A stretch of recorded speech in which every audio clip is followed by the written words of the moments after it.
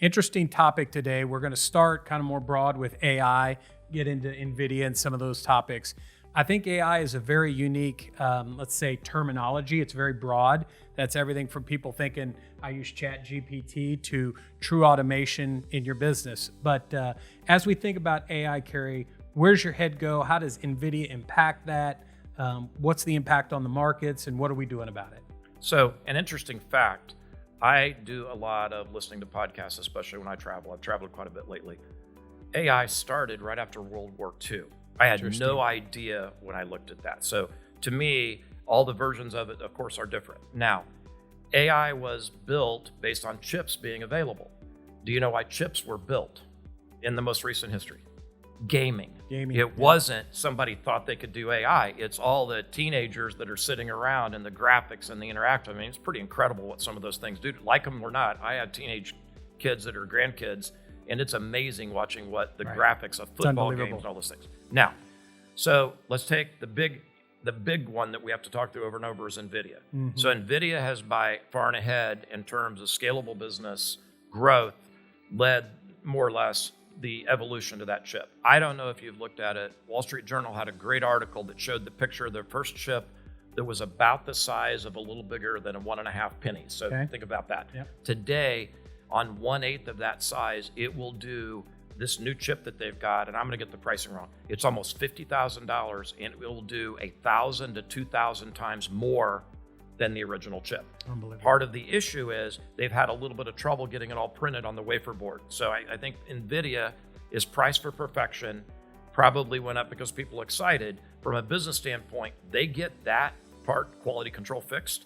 Nvidia's got a solution that most don't. And again, I think it's $45,000 or $50,000 for that chip, which it's unbelievable. It started as gaming. And then all from people paying for their kids to watch something or do something on TV that they might not have agreed with. Right. Now, there are 5 or 6 other chip companies that are behind that serve various parts of the market. There are, Amazon's trying, Apple's trying, there's a lot of people trying. I think you're going to end up with 4 or 5 leaders and probably more other companies buying the smaller companies. Right. Not necessarily for their revenue, but for technology where it becomes diversified. But I do think it's getting near being late to the party. Now, we bought Nvidia. Right. And from an investment committee standpoint, we had a significant gain, depending on timing, and we sold it. And now a few weeks ago, when it had the correction, one day it was down approximately 10%, we actually went back in. We still think Nvidia has upside, and we think the market, in our view, at least the way we view it today, is overcorrected.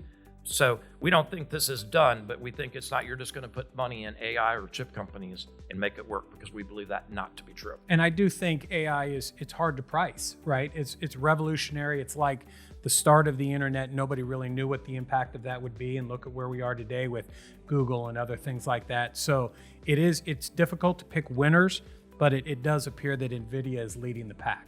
So I go back to, and I'm quite a bit older than you are, but the first flat screen TV that I saw was plasma. It was about 48 inches, and it was more than $10,000. Yeah. Okay.